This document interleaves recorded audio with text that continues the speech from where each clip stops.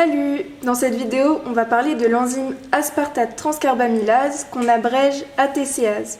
Donc on te propose un schéma de sa structure et des petites astuces pour retenir ses différentes sous-unités et ses régulateurs. Donc d'abord, tu dois connaître la réaction qu'elle catalyse. Donc elle catalyse cette réaction. L-aspartate plus N-carbamyl phosphate donne N-carbamyl L-aspartate plus phosphate. En gros, le phosphate qui est là, il va se retrouver tout seul, et le reste, il est accroché ensemble. Donc comme tu le vois, c'est une réaction de transfert de groupement. Donc l'ATCase, c'est une transférase. Elle sert à la biosynthèse des nucléotides pyrimidiques.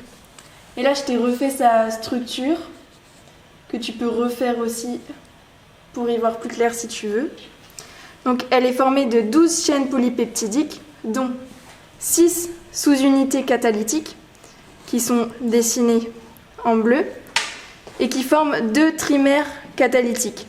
Tu as un petit mémo, si tu veux, pour retenir les trimères catalytiques. Tu retiens le mot triché, donc tri pour trimère, et le C pour catalytique. Tu as aussi 6 sous-unités régulatrices, en orange et en jaune, qui forment 3 dimères régulateurs. Ensuite, il faut savoir qu'il y a 2 sites actifs par trimère. Donc sur chaque sous-unité régulatrice, on retrouve aussi un site allostérique qui est commun pour ATP et CTP. C'est ceux qui sont dessinés en petits ronds ici. Et un domaine de liaison au ZN2+. Donc pour être la plus active, l'ATCase, elle doit passer d'un état conformationnel tendu T à un état relâché R. Donc là, je vais te présenter un peu les différents effets régulateurs. Donc quand le substrat de l'ATCase, qui est l'aspartate comme on a vu, il se fixe sur son site actif, on parle d'effet homotrope. Ça veut simplement dire que lorsque le substrat il est fixé, l'enzyme, elle s'arrange dans une conformation favorable à la réaction. Ça veut dire qu'elle passe de l'état T à R. On parle aussi d'effet coopératif positif. De l'autre côté, on a un effet hétérotrope, quand c'est une molécule autre que le substrat qui se fixe sur un site autre que le site catalytique, qu'on appelle aussi site actif. Par exemple, dans le cas de la TCase, l'ATP, il a un effet hétérotrope positif, donc on dit que c'est un activateur allostérique. Si tu veux, pour t'aider, tu peux retenir que l'ATP, ça commence par un A, comme dans activateur allostérique.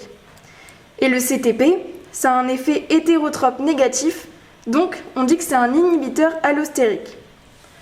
Alors c'est intéressant de retenir aussi ce que ça donne sur une courbe. Donc l'ATCase, c'est une enzyme de type K, donc sans régulateur. La courbe, c'est une sigmoïde. Donc là, c'est la courbe sans régulateur en bleu, et ça, c'est une courbe sigmoïde. Avec un activateur comme l'ATP, c'est la courbe en vert. Km que tu vois ici, normalement, maintenant tu sais que Km, tu lis à VM sur 2. Donc Km, il passe de là à là, donc il diminue. Si tu as bien suivi, ça veut dire que l'enzyme, elle a plus d'affinité pour son substrat avec de l'ATP. Donc si celui-ci est en grande concentration, donc l'ATP, la courbe devient pseudo-hyperbolique. C'est celle-là, en vert. On dit que l'enzyme, elle a un comportement michaélien, je te l'ai écrit là, parce qu'on retrouve quasiment l'hyperbole qui est caractéristique d'une courbe de Michaelis-Menten. Au contraire, avec un inhibiteur, ici, Km augmente. C'est la courbe en rouge. Par exemple, l'inhibiteur, ça peut être le CTP. Dans les deux cas, VM, il est constant, comme tu peux le voir ici. Donc, dernière chose, l'ATCase, il faut que tu saches qu'elle est rétro-inhibée par le CTP. Donc, pour faire simple, en gros, le CTP, c'est le produit final de la réaction catalysée par l'ATCase. Si la concentration du CTP, elle augmente et qu'elle devient supérieure à celle de l'ATP, alors le CTP, il se fixe sur l'ATCase et il l'inhibe.